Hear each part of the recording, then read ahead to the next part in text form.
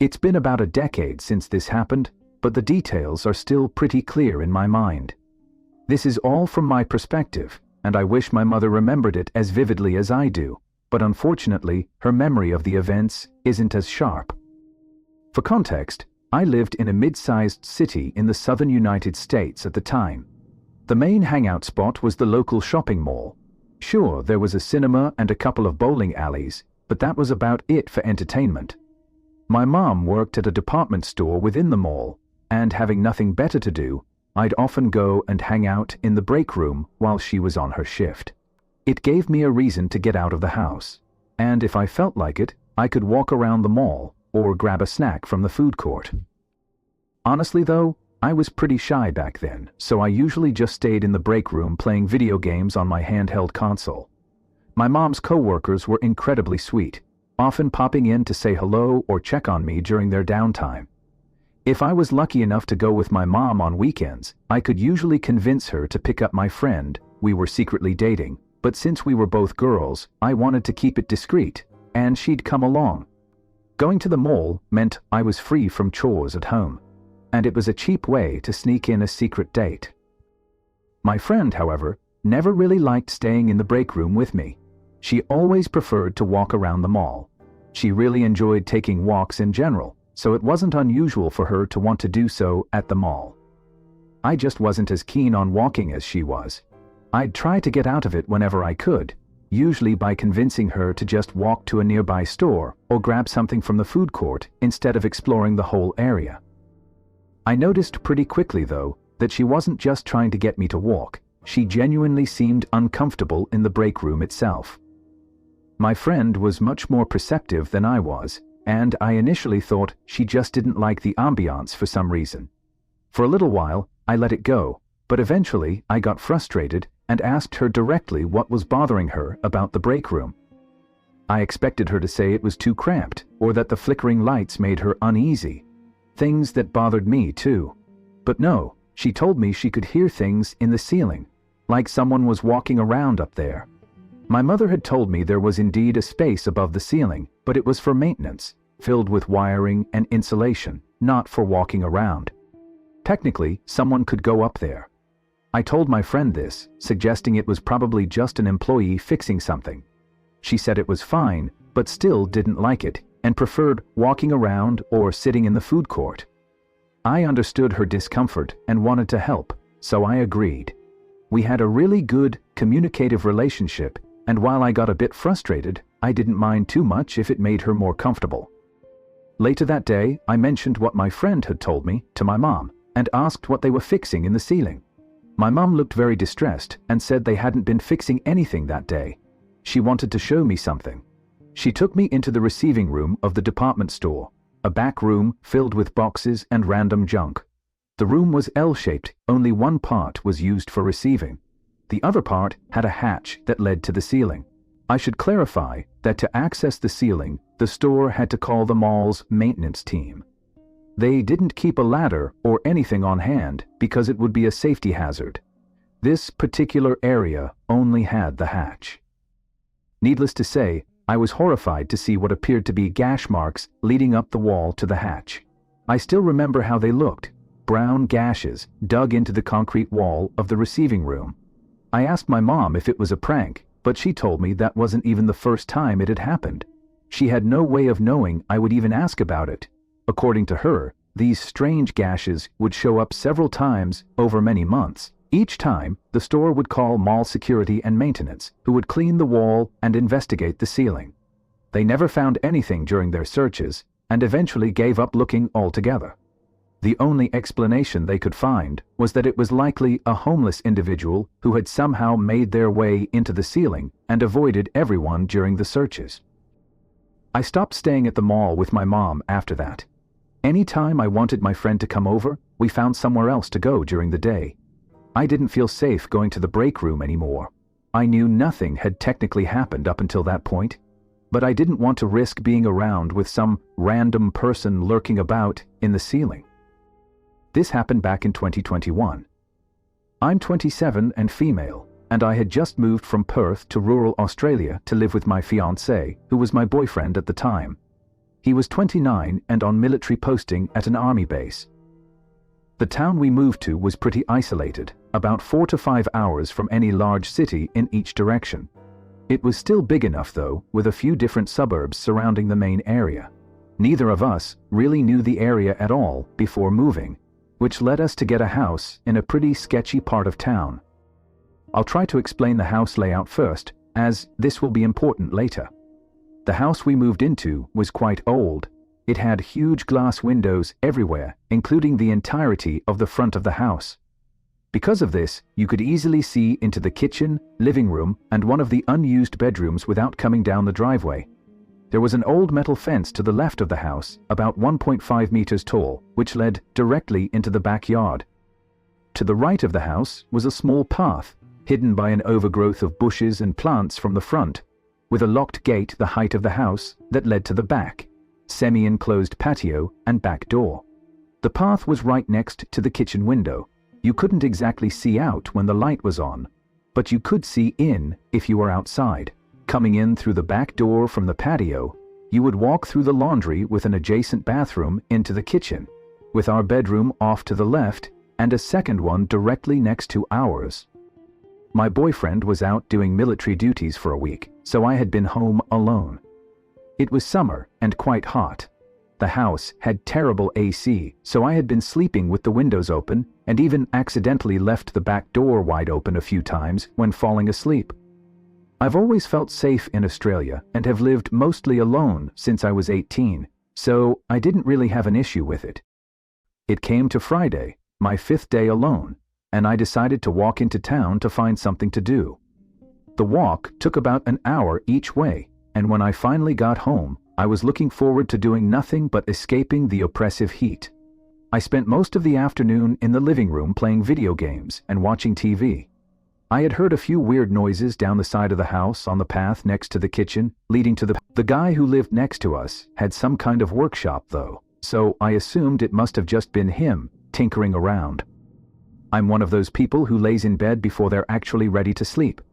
As I lay there around 10 p.m. or so, I was doing my nightly scroll of a popular online forum. This really saved my ass, as I read a story that prompted me to get up out of bed and go close and lock the back door, which I'd almost forgotten to do.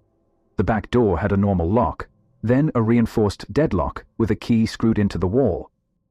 About 45 minutes later, still occasionally hearing the neighbor tinkering, I decided I was ready to actually go to bed. I went and started turning off all the lights, including the back patio light and kitchen light. I lay down in bed and was finishing up my mindless scrolling when I heard the noises again. This time, though, it was much louder. Still, it could just be that the guy was working in his workshop even harder, or maybe some kind of animal rustling things around. I was about to put down my phone and write it off when suddenly I heard a loud bang at my back door. I instantly felt like everything was going in slow motion. I just knew someone was kicking the back door in. I thought to myself, this cannot be happening. Then came another bang, and another. It was all so loud, and it felt like the house itself was shaking. I could hear multiple points of glass shattering, and the banging continued. This went on for what felt like an eternity, but was only a few minutes in my panic. After the second or third bang, thinking I could scare them off by pretending a man was here, I yelled out in the deepest voice I could, then slammed my bedroom door closed. Obviously, that didn't really work. I locked it and called the emergency services number, 0 in Australia, then pushed my bed up against the door. The banging was still going on, even as I called the police. Just as suddenly as it had started, it stopped. There was nowhere else to hide, so I was crouched down in the corner of the room near my bed while on the phone with the police. I could hear someone starting to kick in the bedroom door as well. I was screaming at this point. I don't even remember what I was saying to the operator or what they were saying to me. I remember praying the police arrived before these people got inside my room. I could hear sirens. The banging on the bedroom door stopped immediately, and I saw torches shining into the bedroom window. Because I was so scared, I couldn't really comprehend what the operator was saying to me. I had no idea if those torchlights were whoever had just kicked in my back door and bedroom door, or if it was the police finally arriving. Now, I don't remember how I realized this, but it turned out it was the police outside. The next thing I remember, I was in the kitchen, surrounded by 10 officers, crying and trying to explain what had happened. I was so inconsolable that the police had to use my boyfriend's army photos on the fridge to get his details to call the duty officer to allow him to come home. Once I calmed down a bit, and my boyfriend got back, I saw the back gate to the patio was completely broken. The bedroom door was cracked, and the back door had been thrown off its hinges with the deadlock completely ripped out of the wall. The laundry window had been smashed in as well. There were 2 sets of clear footprints on the door from where they had kicked the door in. I checked my phone and saw I had called 0 at 12:04 a.m. and had been on the phone for less than 5 minutes. What I think happened is that they must have followed me back from my walk. They could easily see from the road that I was alone and had been watching me on the path next to the kitchen for the evening. The noises I thought were the neighbor tinkering must have been them, and once I turned the lights off, they finally made their move. I don't think they anticipated the back door would be so hard to break down, which is why they smashed the laundry room window. They couldn't unlock the deadbolt without the key though, so I guess they broke it down somehow. Luckily, that extra time saved me from whatever they were trying to do. The guys were never caught, and we ended up moving house within the next few weeks. My boyfriend and I even ended up breaking up as he was regularly out on duty, and I couldn't stand to be home at night anymore. I would panic, cry, and not sleep until the sun came up, and it put too much strain on the relationship.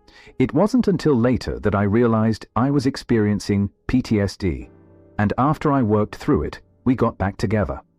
I now live back in my home city in an apartment building that has 24/7 security, 1 billion cameras, and I have 2 dogs as well. When I was in high school and first started driving, I began doing deliveries for my father's business. We lived in town and most of the deliveries would be local. However, there were definitely some orders that required me to drive out into the more rural areas around there. This was around 40 years ago, long before people were ordering things online every day. To get certain items, my dad would have to order them for his customers and then have them either picked up or delivered. They were mostly mechanical parts and computer components, which were a little bit more difficult to get back then than they are now. Around the time I had been doing this for just over a year, I started having some issues with a group of guys at school. They'd give me a hard time because I had my dad's car to drive around in and would never give them rides in it. My dad had forbidden that, and he was the kind of guy who would be quite scary when he was pissed off about something. Because I denied them, they started being real jerks to me, especially after they'd asked multiple times and I had to turn them down each time. I started looking forward to working more often in my free time. I wasn't dating much, or at all, so I really enjoyed the time I had to myself driving. One of the strangest orders was for a computer part. I had gotten it with a phone number and no address. I had to call and ask for the delivery address when the part came in. It turned out this guy lived really far out in the hills and had to give me some very elaborate directions to get to his place. I was surprised by just how far out it was. It was a bit late once it arrived, and it was so far out it was getting dark, so I offered to bring the part by the next day instead. He offered me a really good tip to get it to him that night. Something I just couldn't turn down. It was already getting dark as I was heading out, and I wasn't used to driving at nighttime. I also didn't drive out into these hills very often, so this was a very new experience for me. I didn't like driving at night around here. It was so hard to see where you were going. I would occasionally fear things jumping out of the dark at me.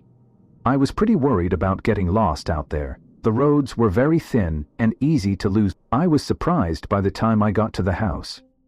I got out with a flashlight and made sure the letters on the old mailbox were the correct ones. There were no lights on at the house, in or out, and the place looked like it was abandoned. I was worried I had somehow gotten it wrong, but the numbers I'd been given were correct. If there had been a driveway leading up to this house, it had long since grown over. Rather than drive right up to it, I had to walk a fair distance. I grabbed the part and the flashlight and began to walk up to this dark and scary home. I was walking slowly up to the house. Part of this was because it was so dark and hard to see, but also because I wanted to put it off as long as possible. A large part of me wanted to just leave the part in the yard and not walk up at all. Of course, then, I wouldn't get the tip the guy had promised me. That was the only thing that kept me moving forward. About halfway up the front yard, I did notice a light turn on in the home. At first, I felt some sense of relief, but that went away when the front door opened and a dark figure emerged onto the porch. I could only see the figure because of the light behind him, clearly holding some sort of rifle in his hands. I didn't feel very welcome. For a few moments, neither of us moved. I took another step forward, but no sooner than that, I noticed him pointing the rifle right at me. I strongly suspected this was not the same person I had talked to on the phone just shortly before. I didn't know how to react. The only thing I wanted to do was run back to the car. I was on shaky legs, however, and felt unable to do that. It didn't take but a moment for the man to begin yelling gibberish at me. I really didn't understand anything he was saying. It was all just jumbled and scary sounding. At that point, I dropped the part on the ground and just ran back to the car as quickly as I could. I kept expecting to get shot in the back on the way out. Fortunately, no shots came. I got back to the car. The man had walked off his porch and out into the yard, but it didn't seem he was pursuing me, really. I was able to drive off and out of there. I was still shaken pretty badly. The whole ride until I got home was terrifying. When I did arrive, I explained everything to my dad about what happened. I'm not sure how much he believed me at first, but he accepted that I was telling the truth eventually. There is a little more to the end of this story. I found out much later what might have happened in this case. A former friend of mine, one who had gotten pissed at one of the other guys who were bullying me, told me that it was a setup to get me shot. They had ordered the computer part and given me the wrong address to deliver it to. The owner of the house was one of these guys' great uncles or something, and he hated whenever anyone came onto his property. The bullies knew that at the very least the old man would scare me, but also he would likely shoot at me. I never confronted them on it. I knew the guy who told me would deny it if I told them that he'd said it, so I never found out if that's really what happened. However, it did make a lot of sense. This is something that happened back when I was a kid. I was about 8 or 9 back then. I used to play out in the street with my friends during the summertime. Most of the neighborhood kids would all hang out there as well. I remember that we would all have to go inside by sunset, typically. So one evening, I was on my street, a ways down from my home. I was hanging out with about 3 or 4 other kids who lived nearby. I don't remember exactly what we were doing. All I know is that the sun was starting to set.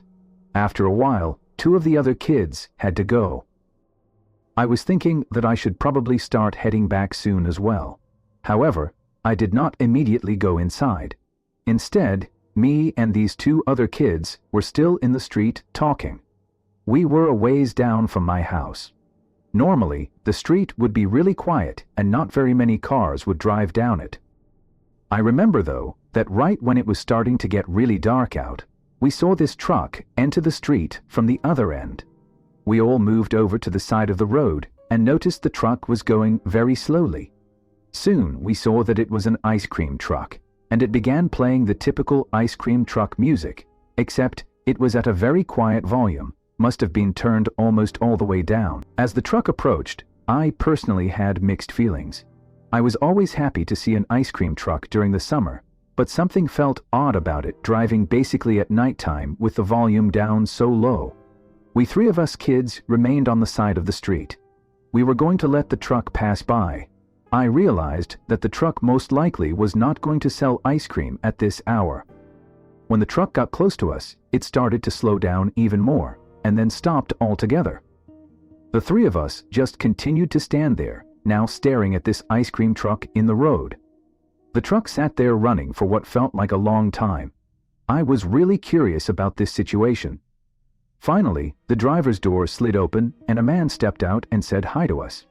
We said hi back to him, and the man asked us if we wanted some ice cream. He said that it was the end of the day and he had some left over that we could have for free.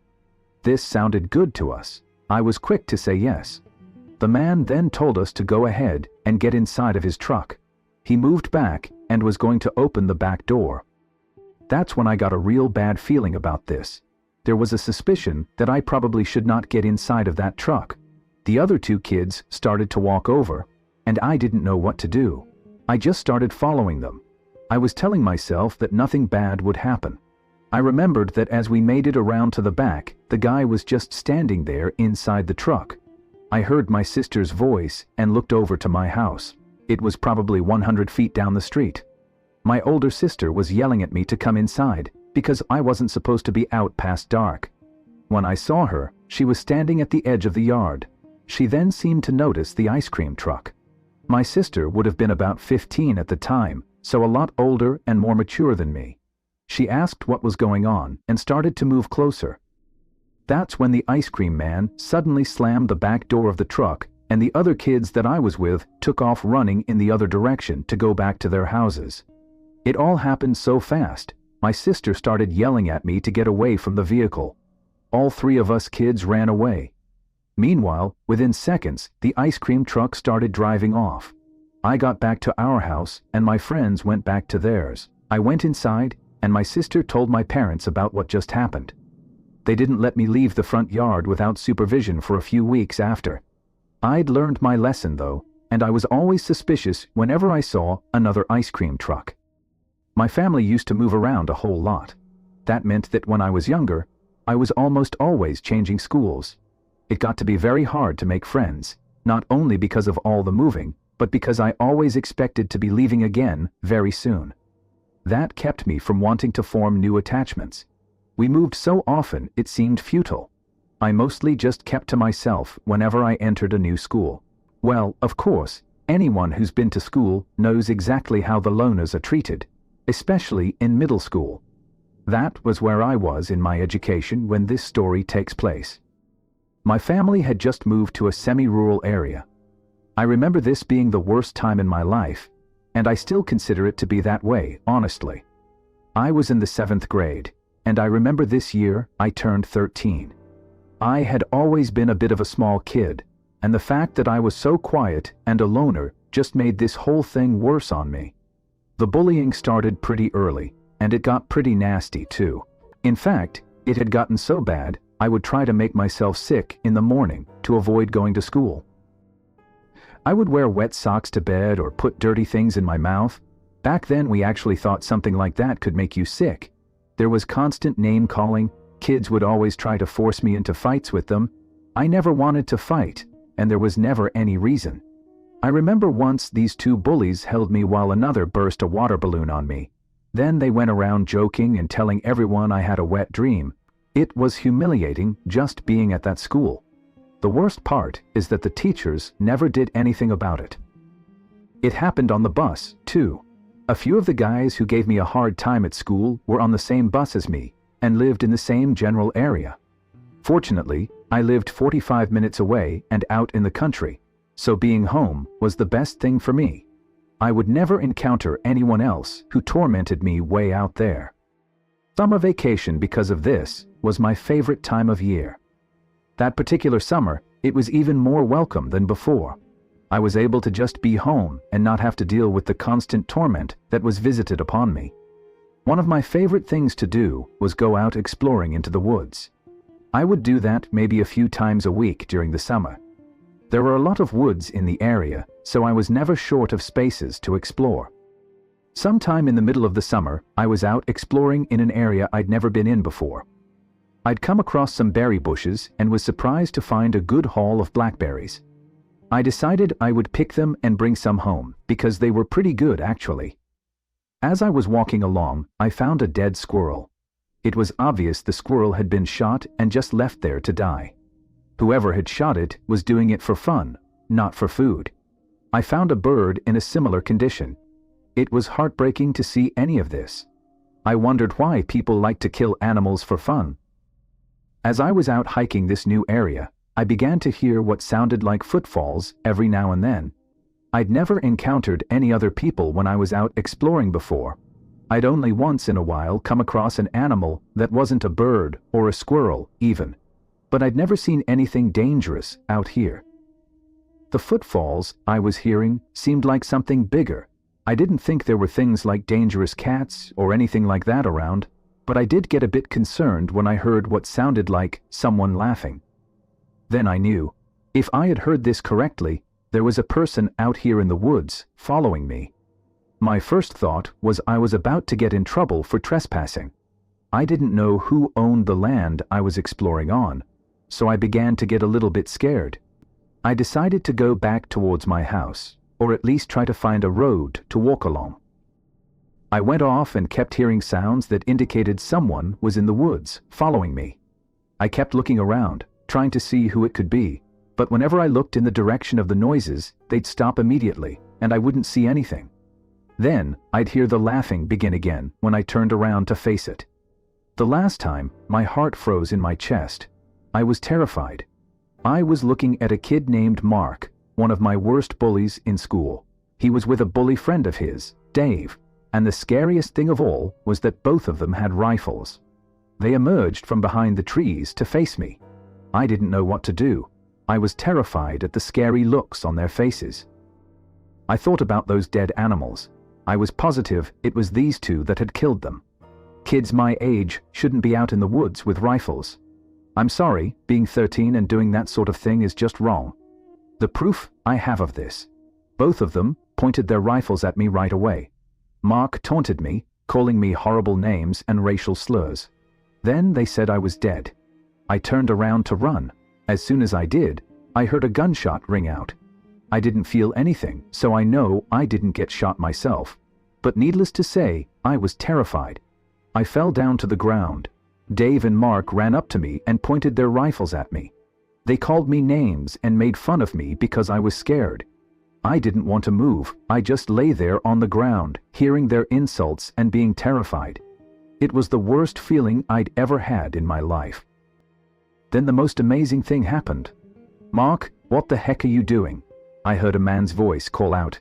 "Oh, hey Dad, we were just playing around, weren't we?" he asked me. He had a look in his eye that said he would shoot me if I didn't agree. I told Mark's dad they were hunting me. A huge man came up and grabbed the rifle out of Mark's hand and put it on the ground. He said 4 words I'll never forget. "Cut me a switch." Mark looked terrified. He took out his pocket knife and cut a switch from a bush or something. He handed it to his dad, and his dad began to beat him with the switch in front of all of us. Mark was reduced to tears, and I could tell Dave was scared he would be next too. Lucky for him, Mark's dad deigned not to punish him. "Help him up," the dad demanded, and Mark did as he was told. "You apologize right now." Mark apologized, and the dad asked me if I was all right. I told him I was fine. He grabbed the two of them off. I think Mark was going to be a lot worse for wear when he got home with his dad. Although my story does have a fortunate ending, it was a terrifying experience. Bullies are scary to begin with, but bullies willing to kill are much worse. Mark didn't bother me again after that. He just gave me horrible looks in school, but he never talked to me from then on.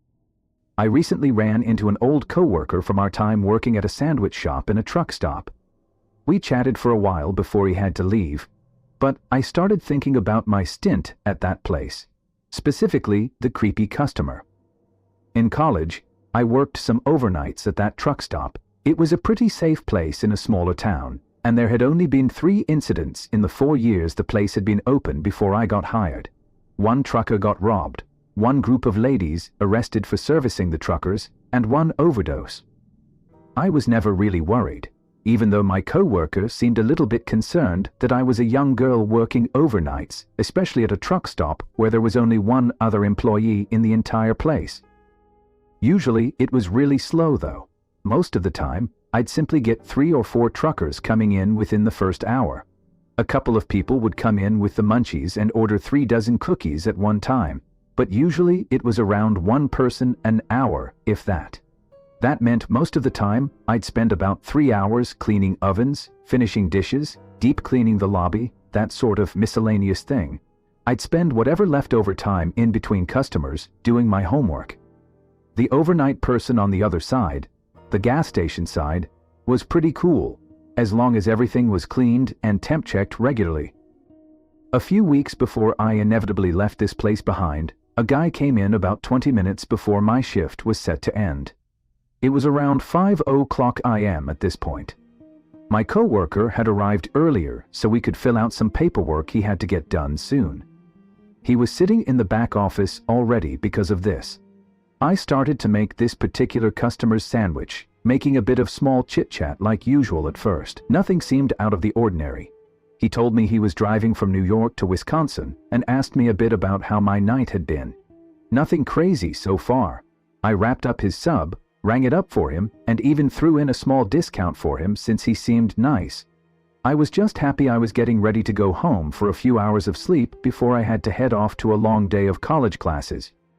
When I went to take his change is when things went wrong. He dropped the coins in my hand, but suddenly he grabbed my wrist tight. The next thing I knew, I was flipping over the side of the counter onto the floor. He had yanked me across and still had a firm grip on my wrist. He began to wrap his hands around my throat. Thank goodness my coworker was there. The manager on the other side had slipped into the bathroom, so to this guy's knowledge, I was the only person there at the moment. My coworker, while filling out his papers, happened to look up at the cameras and see the man attacking me. He was bolting out of the back just seconds after I hit the ground, and before I knew what was going on, he had chased the man outside. He didn't pursue him far, afraid that someone else might be nearby who would come after me as well. He ran back inside, locked the door to our side of the store, and shouted for the manager to call the police.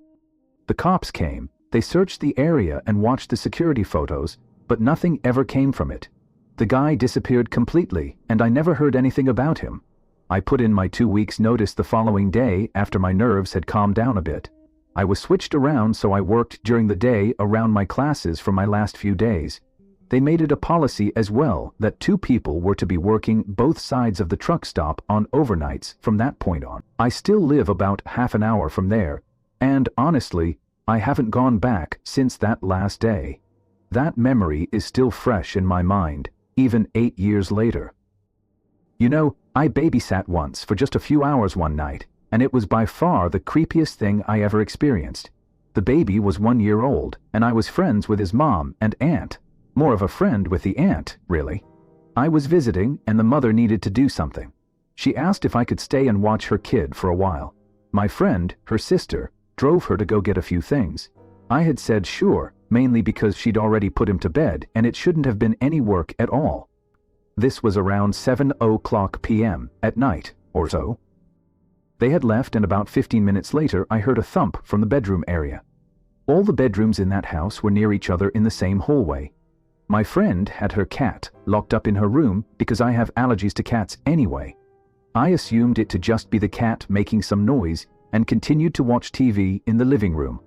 5 more minutes went by and I began to hear more small thumping sounds. I decided I'd better go check it out. I checked on the cat first. I was thinking, logically, that it must be noises the cat was making. I figured if I could calm it down, it would stop acting out and not wake up the kid. Well, when I opened up the door though, the cat was fast asleep on my friend's pillow. At first, I thought the little guy was just pretending or something, but while staring at the cat, I heard the thump yet again. This time, it was clear it was coming from the other room where the child was. Immediately, I freaked out. Did the kid fall out of his crib or something? Before I could even close my friend's door, the cat woke up and began to freak out as well. It hid under the bed. The kid in the next room began to cry. I was worried that he'd definitely fallen. I shut the door and quickly went to the next room. I threw it open only to see the kid standing up in his crib, crying. I was relieved he hadn't fallen or hurt himself. I went to go calm him down. Now mind you, for some reason, the electricals didn't work well in this room. You had to turn on the floor lamp by hand, since the light switch didn't work. I was in the dark room with the crying baby when it dawned on me to wonder what had been making that noise in the first place. I turned on the light and looked all around. The closet was wide open, and stuff seemed to have been moved around inside. Nothing that looked like it had fallen several times or anything like that though. I closed the closet and tried to comfort the crying kid. I stared at that closet suspiciously as the kid calmed down a bit. It took me 5 minutes to get him back to sleep. I left the light on and the door cracked open so I could keep an ear out, but not wake him from the sound of the TV. I'd been watching the TV for only 10 minutes when I heard another thumping noise. I got up and peeked into the kid's room. He was still asleep, so it couldn't be coming from him. I opened the door a bit to see if the closet was open. It's a sliding door closet, which isn't as creepy as a walk-in closet with an actual door, but closets in general can be pretty creepy at night. The closet was wide open. I went to go see what could have opened it, but there was no apparent reason for this. I told myself maybe it was a mouse or something, a big mouse that can open a closet door. I closed it up and checked on the kid. I went back into the living room. Not another 5 minutes went by before the kid was crying again. I didn't hear a thumping noise this time. I figured maybe it was normal baby crying stuff, maybe he'd peed himself or something. I went to check him out. This time, the closet was open once more. I was extremely freaked out. I texted my friend asking if they'd be back soon. Once again, I went to close the closet door. My hand reached for the edge, and then I heard a small thump. One of those baby police car toys that have a siren sound effect went off in the closet. I opened it up slowly. There was just a toy on the floor going off by itself. The kid was still crying his head off, and I knew for sure the toy had not been there in the closet beforehand. I took it out and put it away in his toy box again and closed the door. I put the kid back to sleep, but this time I stayed in the room with him instead of going back to the TV. I felt uneasy in that room, like somebody was watching me, especially from the area where the closet was. After 15 minutes of waiting in the room, I stood up and started to head out. As I was leaving, the light turned off by itself. That was odd, since you have to turn it off manually, as the wall switch doesn't work. I figured the bulb must have blown out or something. After I got to the lamp to check it, I heard the closet door sliding open again. I don't think I've ever been so scared in my entire life. I flipped the switch on the lamp and turned it, hoping it would catch what was doing this. I was both relieved and creeped out that the bulb hadn't burnt out and that it had somehow turned off by itself.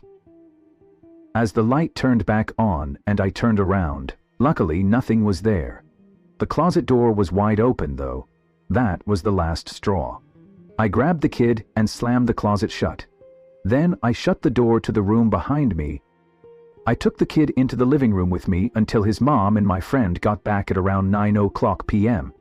She was angry at first that I took him out of his crib and that he was awake still, but I explained everything that happened and said that they needed an exorcist or someone to bless their house or something. I don't think she really believed me. She said she'd noticed some small things happening before, but nothing as big and strange as I described. That was almost a year ago now, and apparently nothing like that has happened again. I guess I was just lucky enough to be babysitting for the 2 hours the horror movie was going on. Hi everyone, Night Scare here. Please remember to like, share, comment, and subscribe.